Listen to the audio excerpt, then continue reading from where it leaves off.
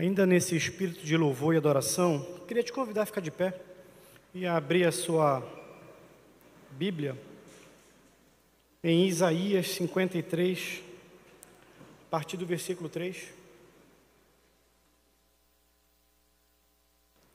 Agradecemos ao Grupo Aliança por ministrar os nossos corações, por nos levar realmente a uma reflexão profunda sobre a graça de Cristo.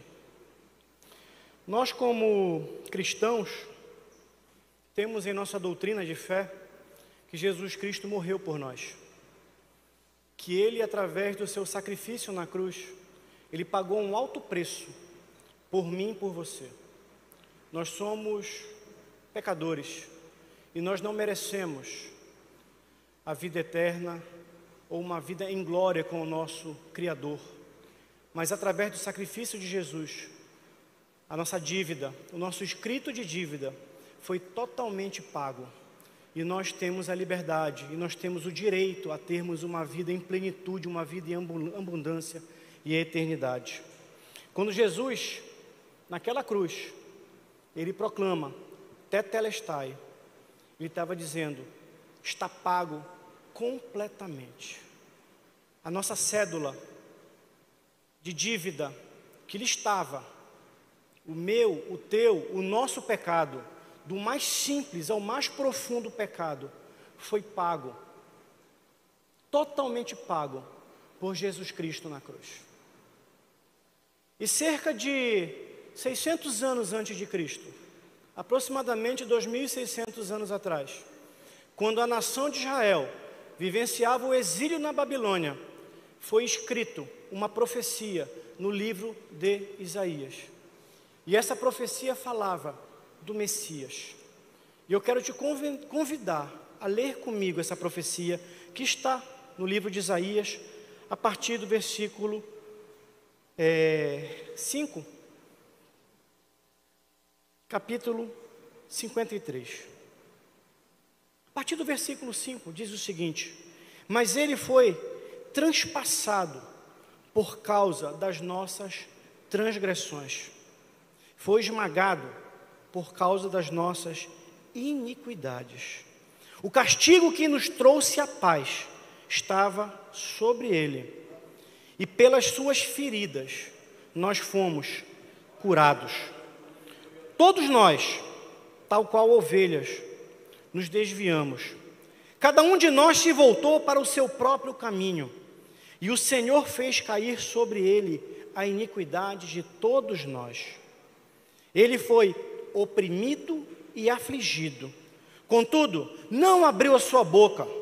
Como um cordeiro foi levado para o matadouro, e como uma ovelha que diante de seus tosquiadores fica calada, ele não abriu a sua boca. Com julgamento opressivo ele foi levado. E quem pode falar de seus descendentes? Pois ele foi eliminado da terra dos viventes. Por causa das transgressão do meu povo, ele foi golpeado. Foi-lhe dado um túmulo com os ímpios e com os ricos em sua morte.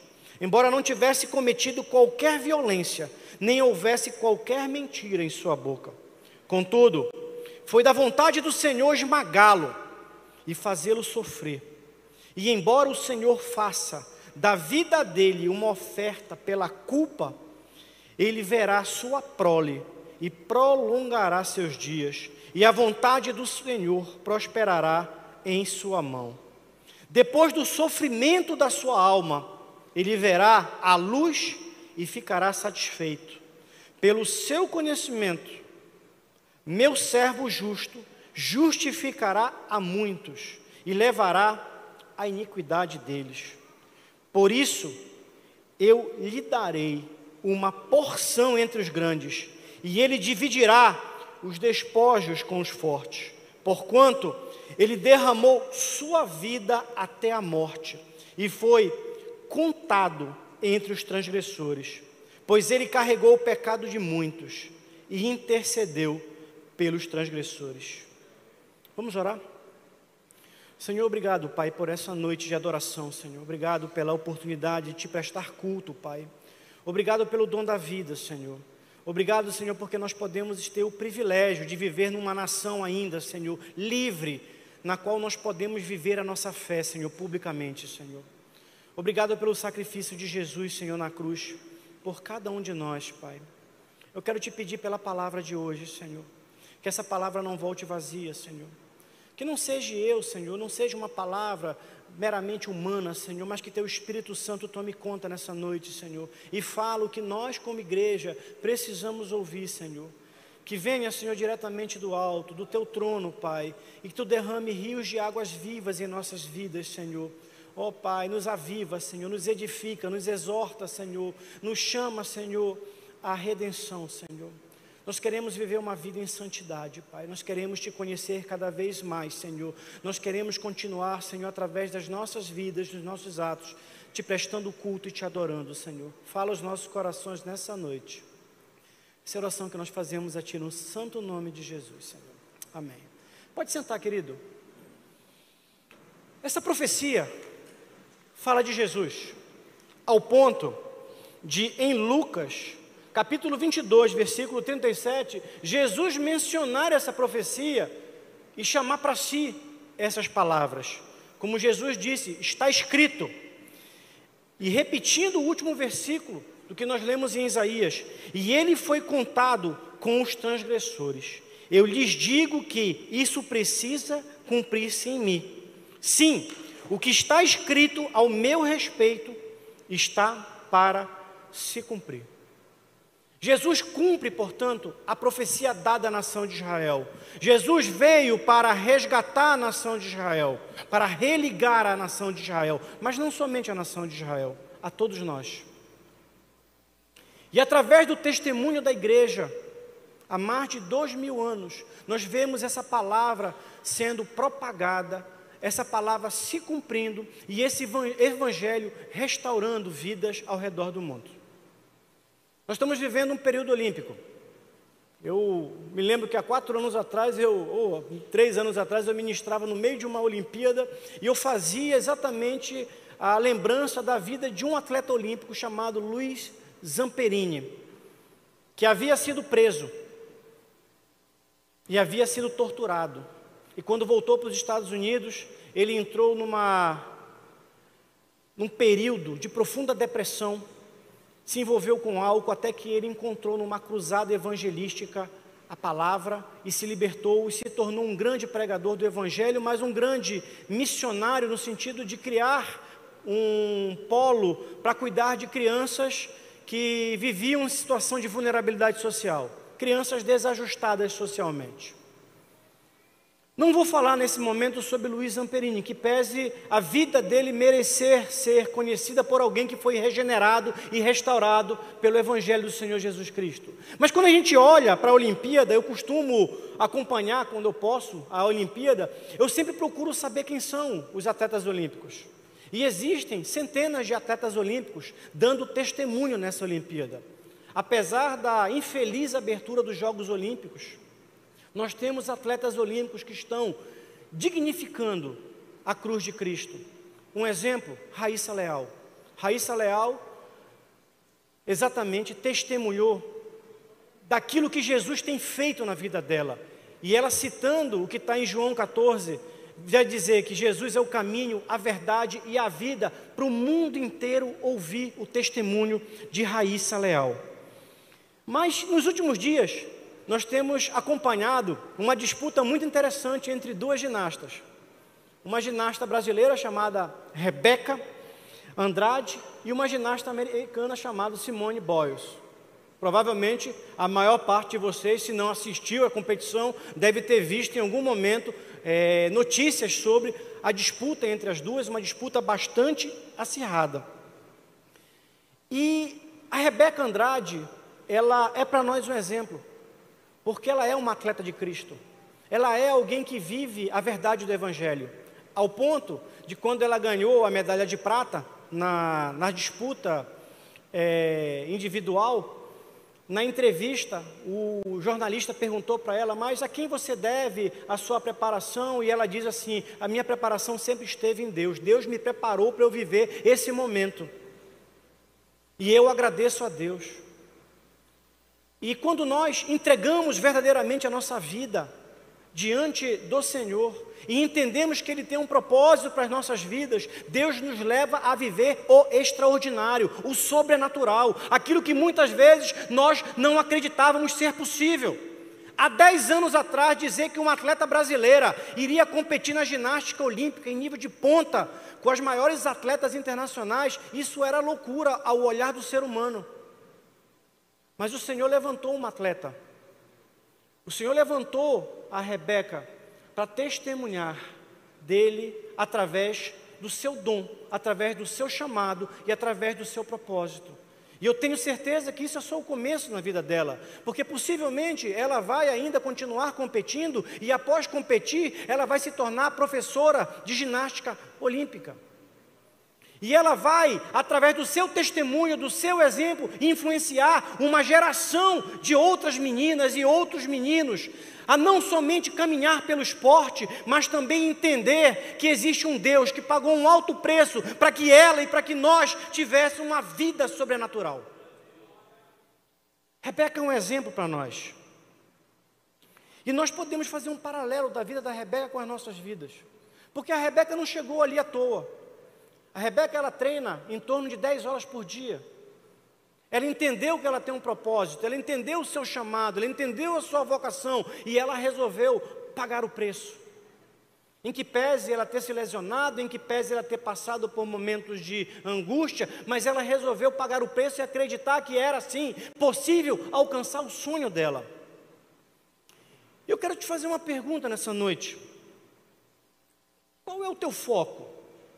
Qual é o teu propósito? O que cada um de nós tem buscado nessa vida? Será que nós estamos dispostos a pagar o preço para alcançar o sobrenatural de Deus na nossa vida? Eu quero fazer um exercício rapidinho com vocês aqui. Feche seus olhos. Feche seus olhos nesse momento. E eu quero que você responda na sua mente uma pergunta.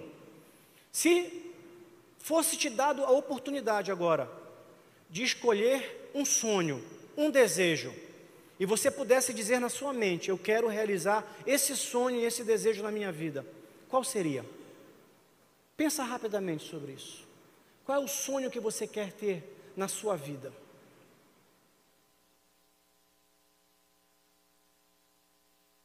Ok, pode abrir o teu olho. Essa pergunta ela é provocativa. E talvez a resposta, o que eu vou dizer nessa pergunta, talvez no primeiro momento choque você.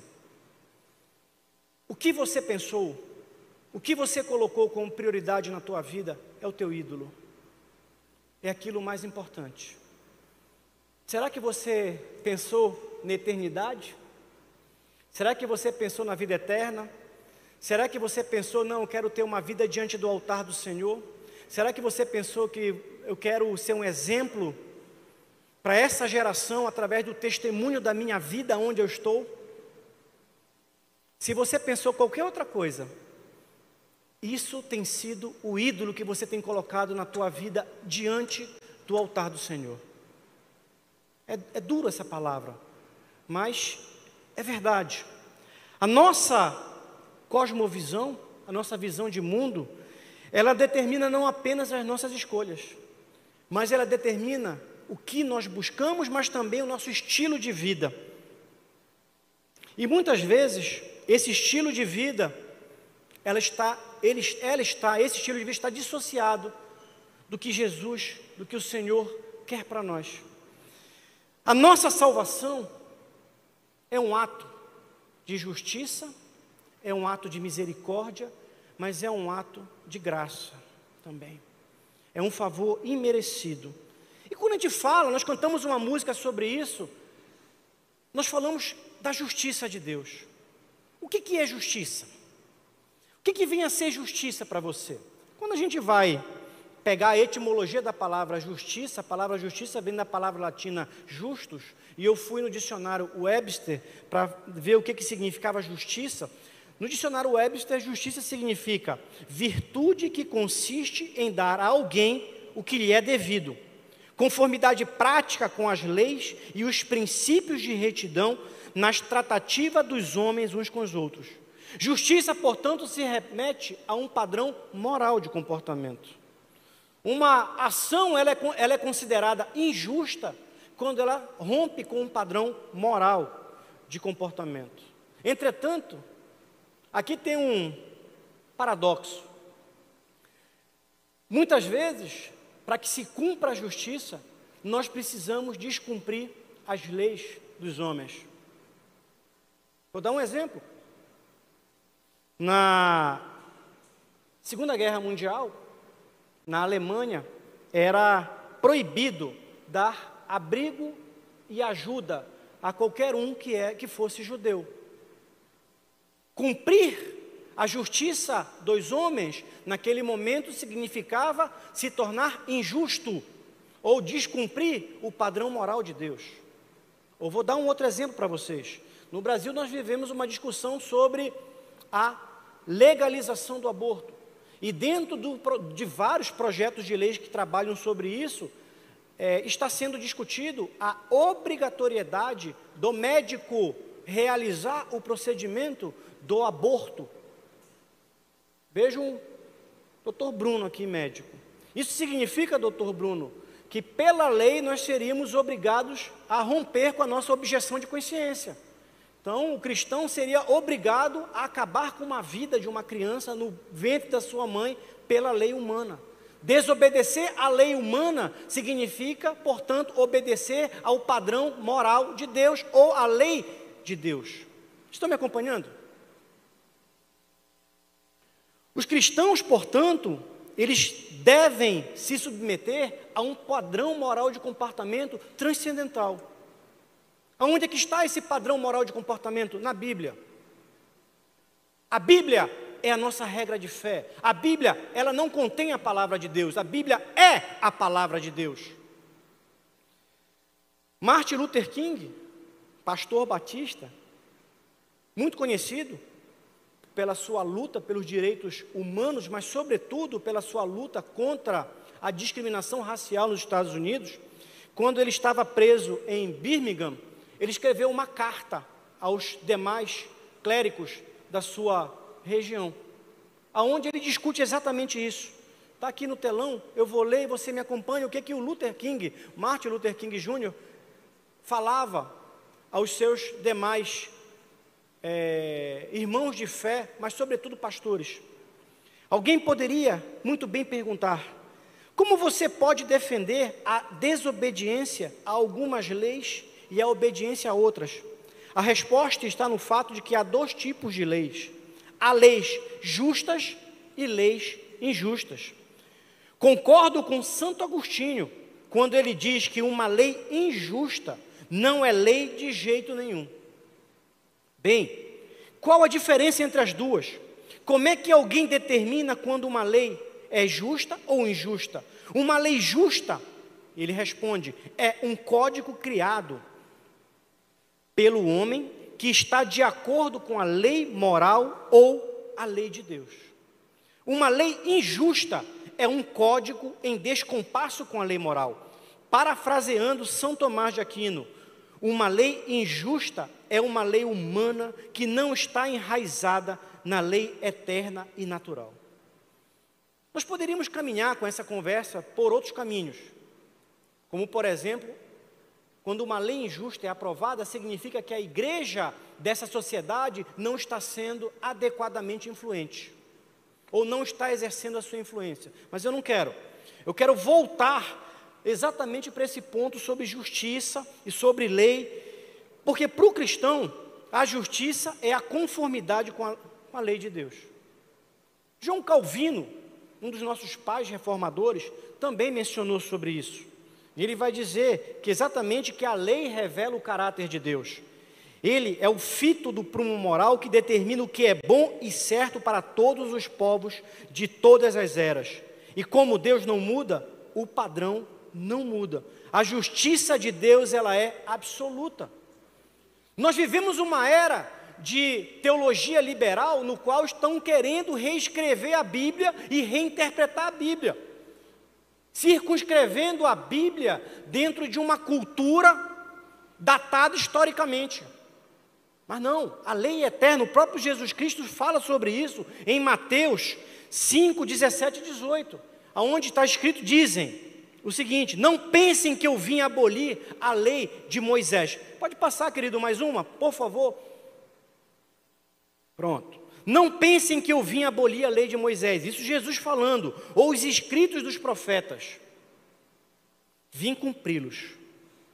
E lhes digo a verdade: enquanto o céu e a terra existirem, nem a menor letra ou menor traço da lei desaparecerá até que todas as coisas se cumpram. A Bíblia não é relativa. A Bíblia não está circunscrita a uma cultura de época. A Bíblia é um padrão moral que Deus deu para que todos nós que nós nos identificamos como cristãos devemos não somente cumprir, mas devemos reverberar na sociedade. Mas nós sabemos que, de acordo com esse padrão moral, existe uma coisa que nos afasta de Deus, chamado pecado. Nós pecamos quando nós não cumprimos o padrão moral de Deus. Nós pecamos quando nós desobedecemos ou não cumprimos aquilo que está nas Sagradas Escrituras. Todos nós somos pecadores. Quer ver um exemplo? Eu vou fazer uma série de perguntas e você responda para você se em alguma dessas perguntas você já descumpriu o que eu vou perguntar. Você já colocou alguma coisa antes ou acima de Deus em sua vida? Agora há pouco eu fiz um exercício com vocês. Faça uma reflexão sobre o que você respondeu. Você já desobedeceu ou desonrou os seus pais? Você já enganou alguém? Ou distorceu de algum modo a verdade? Você já se apossou de alguma coisa que não era sua? Você já teve intimidade com alguém que não era seu marido ou sua esposa, ou ao menos flertou sobre isso? Nós estamos falando do decálogo, dos 10 mandamentos aqui. E provavelmente todos nós descumprimos alguns desses pontos e somos pecadores. Em Romanos 6, vai dizer que o salário do pecado é a morte. A morte significa exatamente uma vida distante de Deus, uma vida sem comunhão com Deus, uma vida sem intimidade com Deus. Por quê? Porque o pecado nos afasta de Deus, a desobediência nos afasta de Deus. Nós todos somos culpados, nós somos indesculpáveis pelos pecados que nós cometemos. Em Romanos 3, 22, 26, o apóstolo Paulo fala exatamente sobre isso. Pois todos pecaram e não alcançaram o padrão da glória de Deus. Somos todos pecadores, mas Ele, em sua graça, nos declara justos por meio de Cristo Jesus, que nos resgatou do castigo por nossos pecados. Cristo nos justifica, Cristo nos inocenta dos nossos pecados. Deus apresentou Jesus como sacrifício pelo pecado, como o sangue que Ele derramou, mostrando assim a sua justiça em favor dos que creem. No passado, Ele se conteve e não castigou os pecados antes cometidos, pois planejava revelar sua justiça no tempo presente. Com isso, Deus se mostrou justo, condenando o pecado e justificador, declarando justo o pecador que crê em Jesus Cristo. Jesus morreu numa cruz para nos resgatar. Mas muitos de nós somos resgatados, mas não restaurados. Há um segundo momento.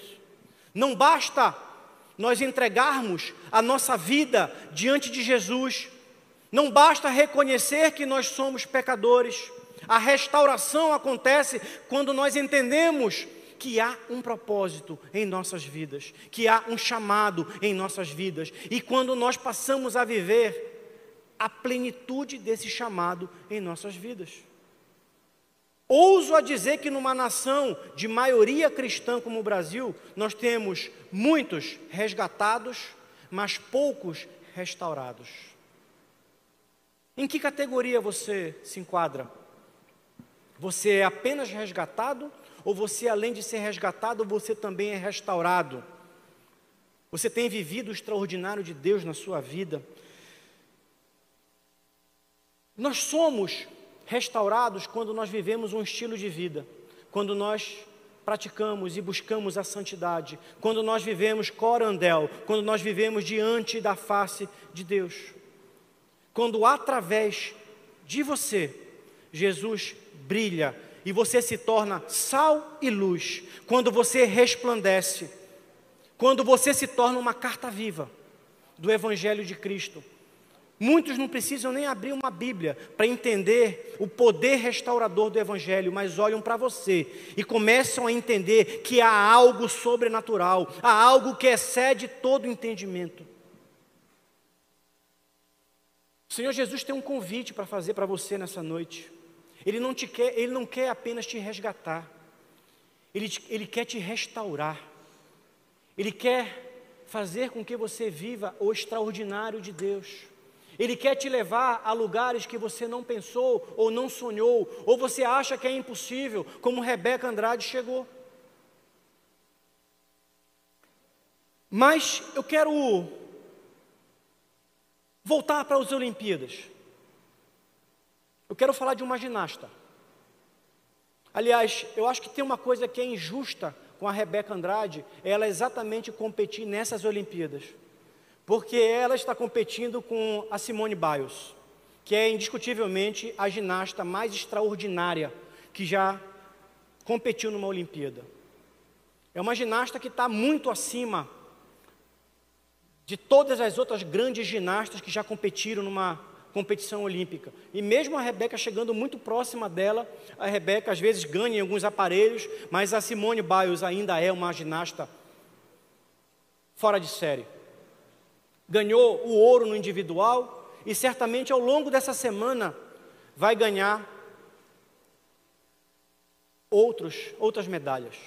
Ela é fora de série. Mas é engraçado que muitas vezes nós estamos vendo uma campeã olímpica sorrindo e nós não conhecemos a história de vida dela, não conhecemos as marcas que ela carrega, não conhecemos a sua história de superação.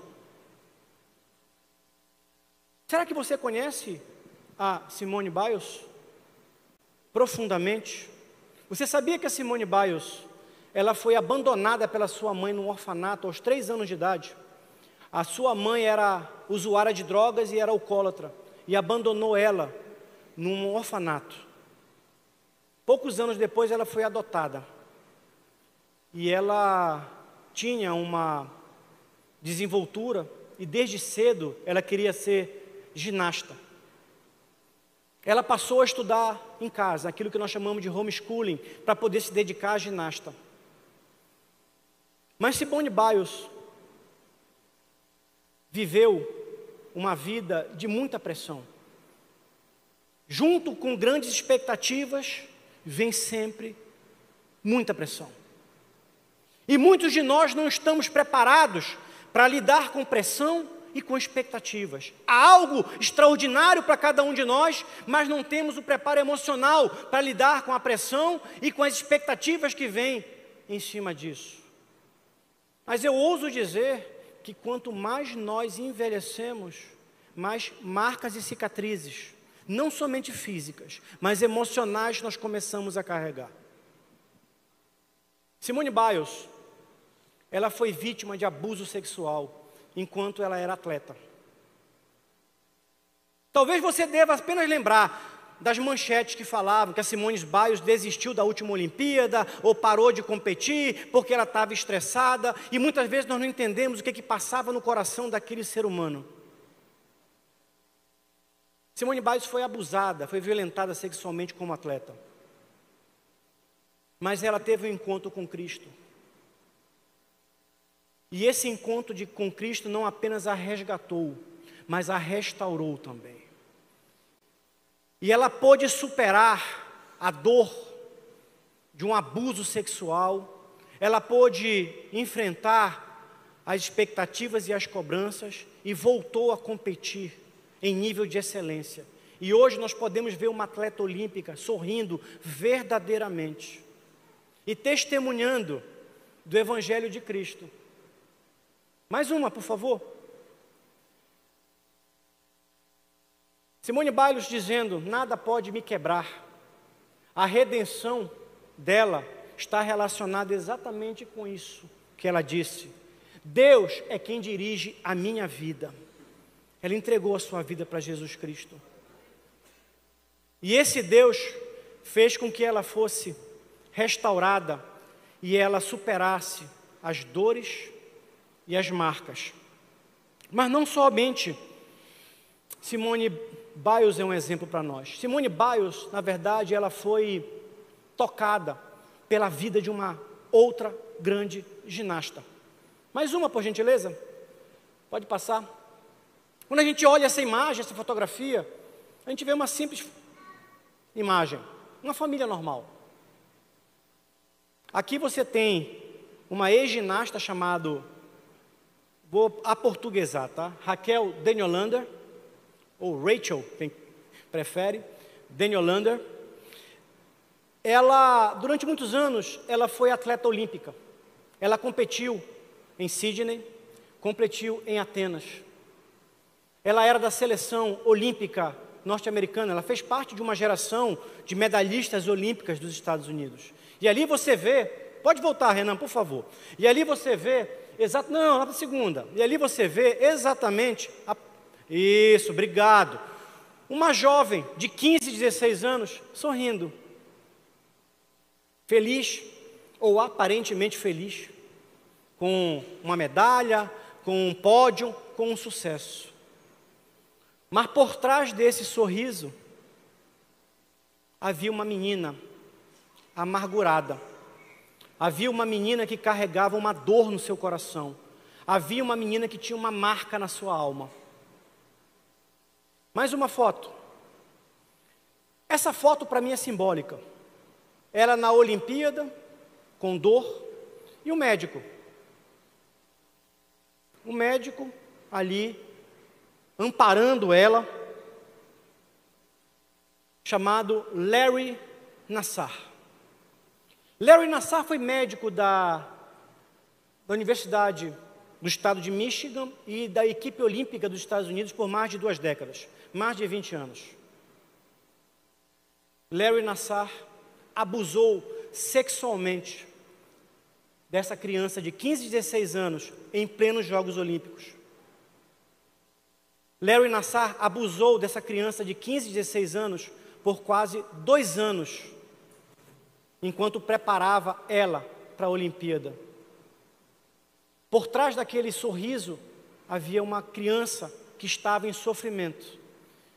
E muitas vezes nós encontramos pessoas que estão sorrindo, que estão alegres, que estão felizes, mas por dentro estão com o coração oprimido, amargurado. A Raquel, ou Rachel Deniolander, poderia ter tido um fim trágico, como outras ginastas americanas que foram abusadas sexualmente, cometeram suicídio, ou entraram para as drogas, ou tiveram problemas crônicos e sérios de depressão, transtorno de ansiedade e pânico. Deniolander enfrentou os seus fantasmas. Deniolander enfrentou o seu algoz. Rachel teve um encontro com Jesus. Rachel conheceu a graça que nós cantamos aqui, da cruz, e entendeu que aquela graça era também para ela libertadora, aonde ela poderia não somente ter os seus pecados perdoados, mas através dessa graça ela poderia também aprender a perdoar, porque muitos de nós somos prisioneiros da falta do perdão, vivemos prisioneiros da amargura, da raiva, do ódio, de alguma coisa que alguém fez conosco. Carregamos cicatrizes na alma.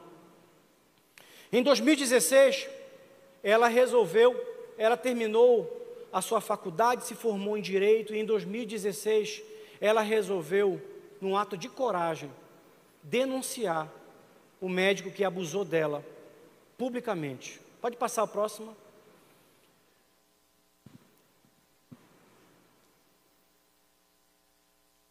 Com o testemunho público de Daniel Lander, começou a aparecer algo assustador. Diversas outras ex-atletas começaram a dizer: eu também fui abusada, eu também fui abusado, eu também fui abusado. Pasmem, durante 20 anos, como médico, Nassar abusou de mais de 500 jovens. Ele era um sociopata, ele era um abusador em série. E muitas daquelas jovens carregavam traumas sem contar para ninguém. Rachel conta que tentou na sua igreja falar sobre o assunto, mas foi silenciada.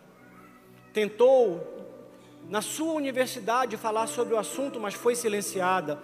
Denunciou para a equipe olímpica dos Estados Unidos, mas foi silenciada. Como outras jovens também foram silenciadas. Mas ela teve a coragem de romper o seu silêncio. E foi exatamente essa coragem dela que fez com que ela entendesse que havia um propósito em tudo que ela havia passado.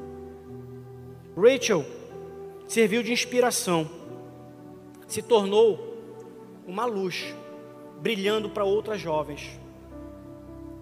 E ela, no júri que condenou o médico a 170 anos de prisão, por repetidos abusos sexuais contra centenas de adolescentes ginastas, ela teve a coragem de ler um depoimento para ele.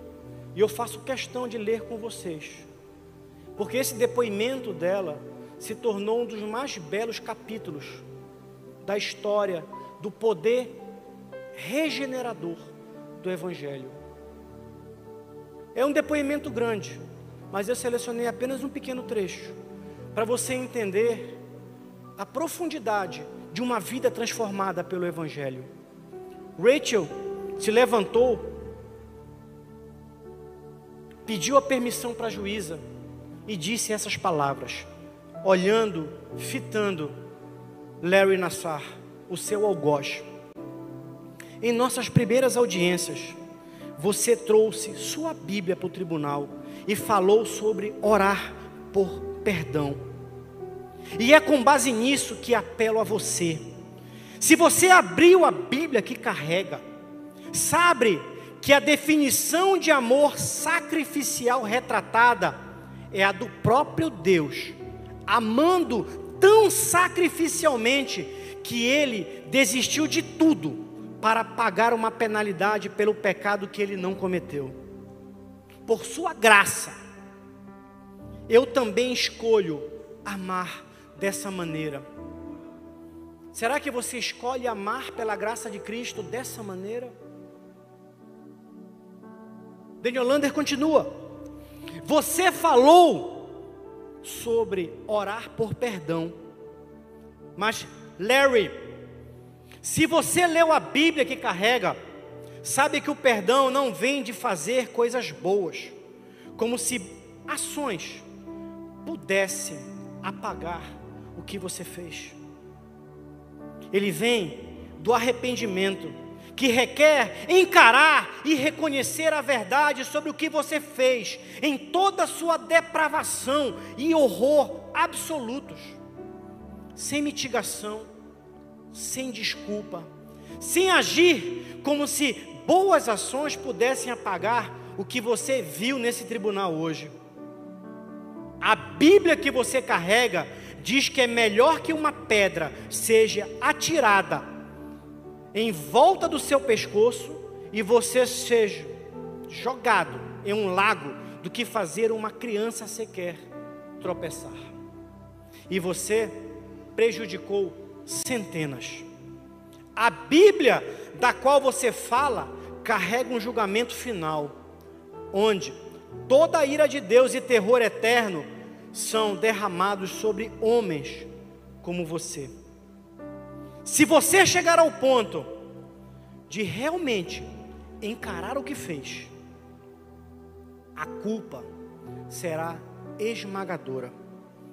E é isso que torna o Evangelho de Cristo tão doce, porque Ele estende a graça, esperança e misericórdia, onde nenhuma deveria ser encontrada. Ele estará lá para você.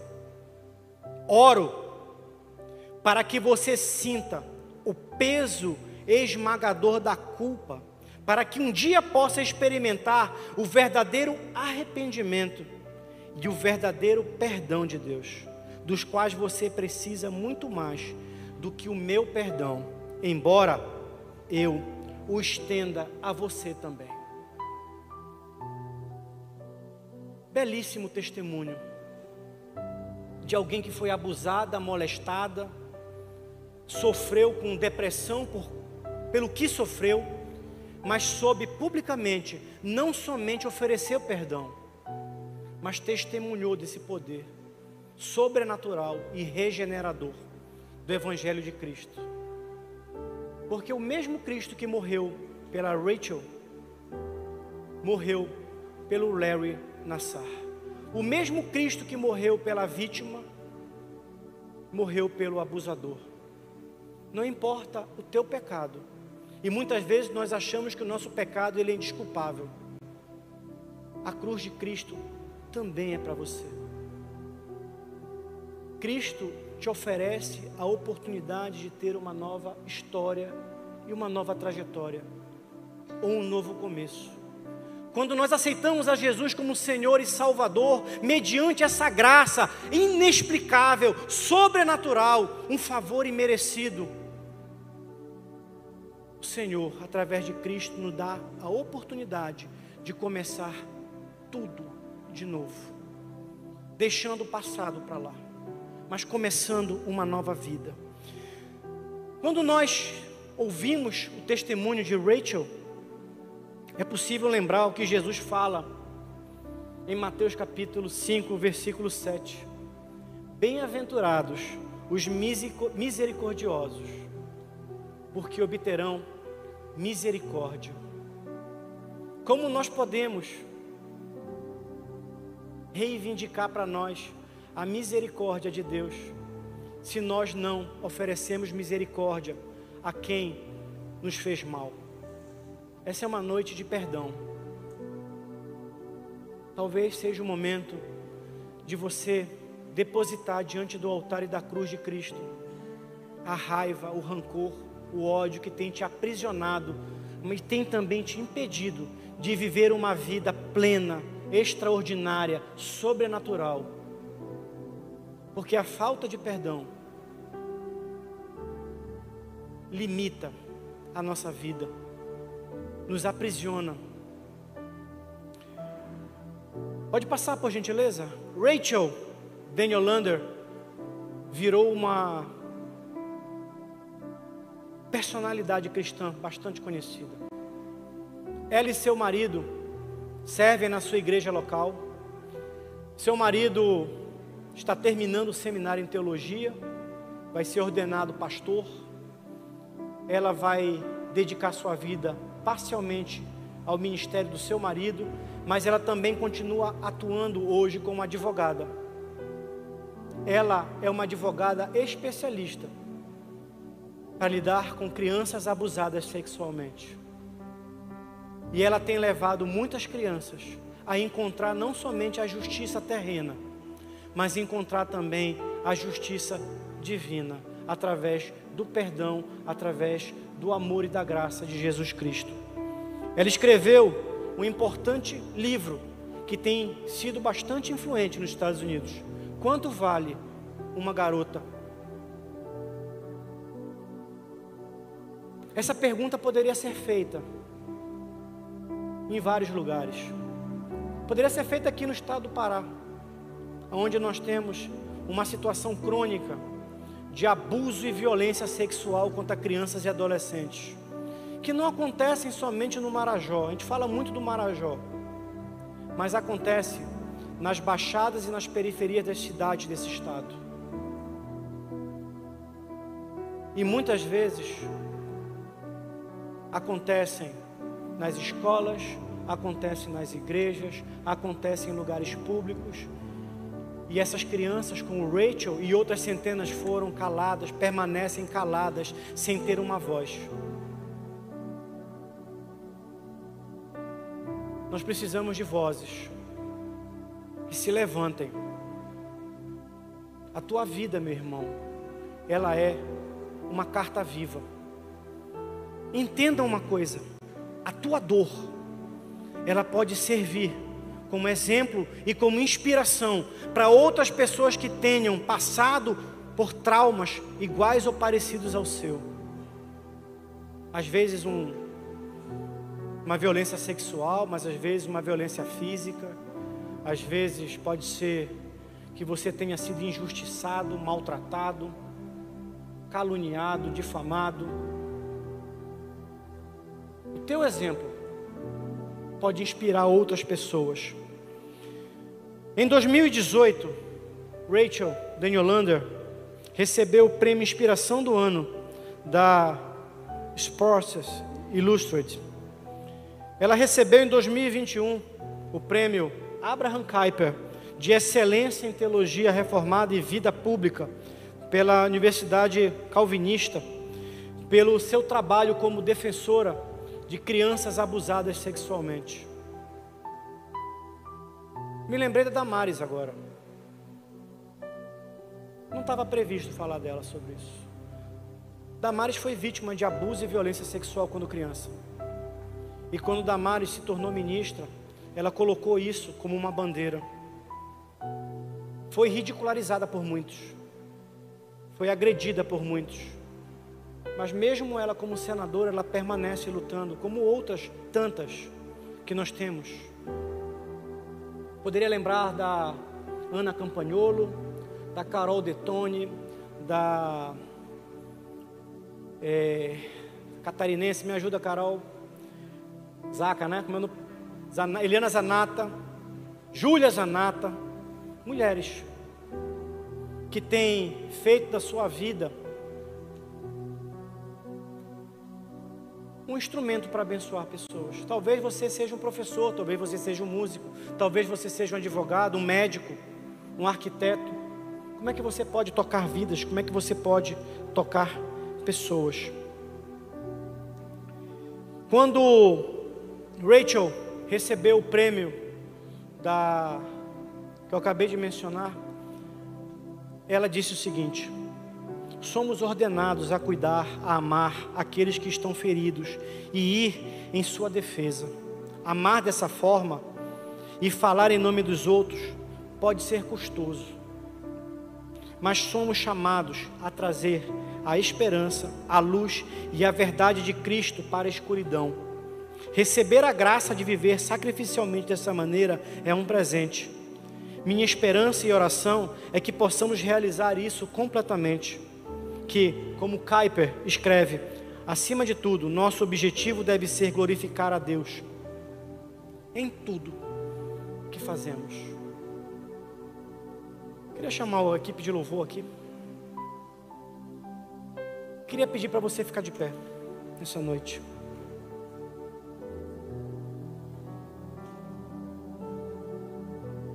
Essa é uma noite diferente.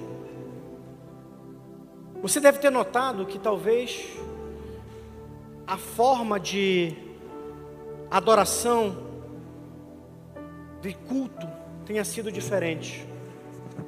O Senhor tem algo para você nessa noite. Nós cantamos uma música e nós vamos cantar novamente uma música que fala da graça. O começo da canção diz: a graça é o ponto de encontro, lugar onde os fardos se espalham no chão. Qual é o fardo que você tem carregado? Está pesado? Está pesado? Jesus te chama nessa noite a depositar diante dele esse fardo. Qual é a marca, a cicatriz que você traz na tua alma? Qual é a dor que você carrega? Qual foi a violência que você sofreu, que até hoje você esconde no teu mais íntimo, e talvez você não compartilhe com ninguém, você não fale para ninguém, mas isso todos os dias vem à tua memória, todos os dias isso te fere novamente, todos os dias isso te machuca, e você chora diante do Senhor, mas você ainda não conseguiu liberar perdão sobre quem te machucou. Essa é a noite que Deus te chama a te restaurar, para que você não somente libere perdão, mas que você use da tua experiência, da tua dor, como exemplo para outras pessoas. Ou talvez você seja alguém que machucou alguém, que magoou alguém, que feriu alguém, que maltratou alguém, e você entende que o que você fez colocou uma chaga na vida de alguém. Jesus te chama também nessa noite, que você possa pedir o perdão a Deus, e após pedir o perdão a Deus, você possa também buscar a pessoa que você feriu e machucou, e pedir o perdão. Enquanto você canta essa música, eu gostaria que você refletisse sobre essa letra, e no final eu quero orar por você.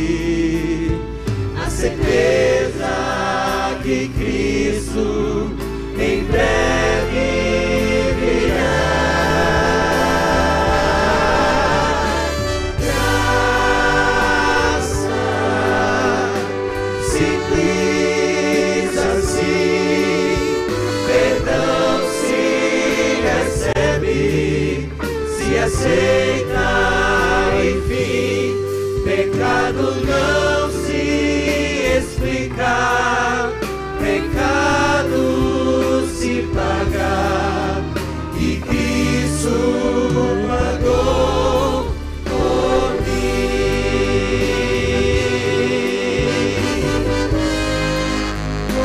Preciosa graça, simples assim, perdão se recebe, se aceita, enfim, pecado não se explicar, pecado se pagar, e Cristo pagou por mim.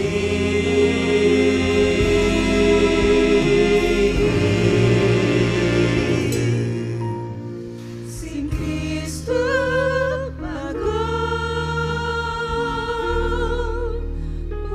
preciosa graça de Cristo por mim.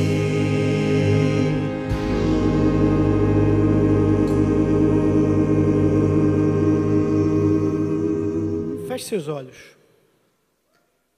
Quero fazer uma pergunta nessa noite. Existe alguém aqui nessa noite que entende que não pode voltar para sua casa sem esse perdão, sem essa graça? Tem alguém aqui que gostaria de entender essa graça, de conhecer essa graça, de aceitar a Jesus como Senhor e Salvador da sua vida?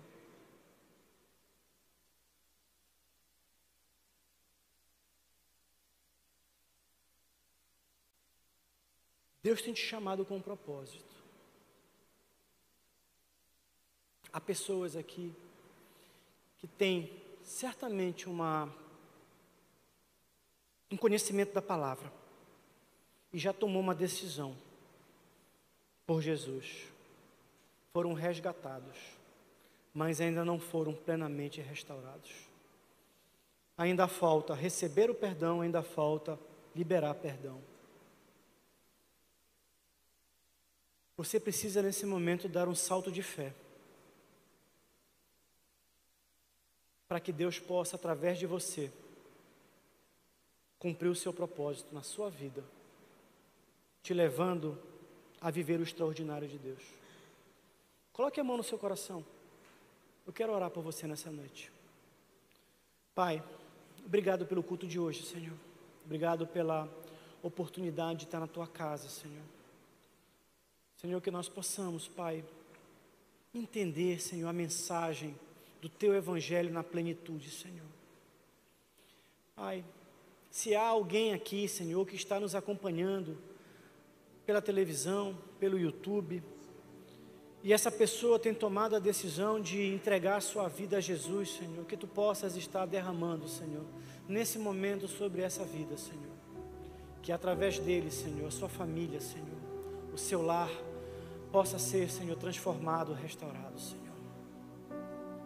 Pai, eu quero te pedir por aqueles que já aceitaram Jesus, Senhor, mas que ainda não, Senhor, liberaram perdão, Senhor, que ainda carregam traumas, feridas, amarguras, marcas, Senhor. Aquilo que está, Senhor, lá no mais profundo, Senhor, da alma, Senhor, que marcou, Senhor, e tem marcado toda a existência, Senhor, dessa pessoa, Pai. Nesse momento, Pai, que tu possas estar tocando na vida, Senhor, de cada um de nós, Senhor, para que nós possamos liberar perdão, Senhor. Liberar perdão para todos aqueles que nos magoaram, que nos feriram, Senhor. Nós queremos, Senhor, viver o sobrenatural, Senhor, em nossas vidas, Senhor. Nós queremos viver o extraordinário, Senhor. Nós queremos, Senhor, não só sermos resgatados por Ti, Pai. Nós queremos ser restaurados, Senhor. Restauração significa viver a plenitude, viver o chamado, viver um propósito, brilhar, Senhor. Ser sal, ser luz, Senhor. Impactar toda uma geração que precisa do Teu Evangelho, Senhor. Crianças, jovens, adultos, mulheres que estão nesse momento, Senhor, precisando de uma mão amiga, de uma palavra de conforto, de um testemunho, Senhor, de alguém que estenda a mão, ou de alguém que tenha coragem de sair, Senhor, da escuridão e começar a brilhar, Senhor, como uma luz nessa geração, Senhor. O Pará, Senhor, precisa de uma igreja avivada, Senhor. O Pará precisa, Senhor, de vidas como a da Raquel, Senhor, Danielander, Senhor, que ousou, Senhor, sair, Senhor, de trás da escuridão e lutar contra os seus fantasmas, Senhor. Mas a partir dali, entendeu que há um propósito, que houve um propósito, que ela vive hoje um ministério, Senhor, restaurando e resgatando, Senhor, outras crianças que foram vítimas também, Senhor, como ela foi, Senhor.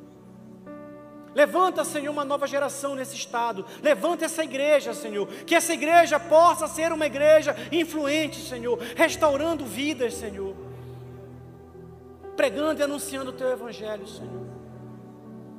A nossa sociedade, Senhor, precisa, a nossa cidade precisa, o nosso estado precisa, a nossa nação precisa, Senhor, de uma verdadeira igreja, Senhor, uma igreja, Senhor, viva, mas enraizada na Tua palavra, Senhor. Obrigado, Senhor, porque Tu és maravilhoso, Senhor. Somos muito gratos a Ti, Senhor. Recebe o nosso culto e a nossa adoração, Senhor, porque nós reconhecemos que sem Ti nós não somos nada, Senhor. Essa é a oração que fazemos no nome santo de Jesus, Senhor. Amém.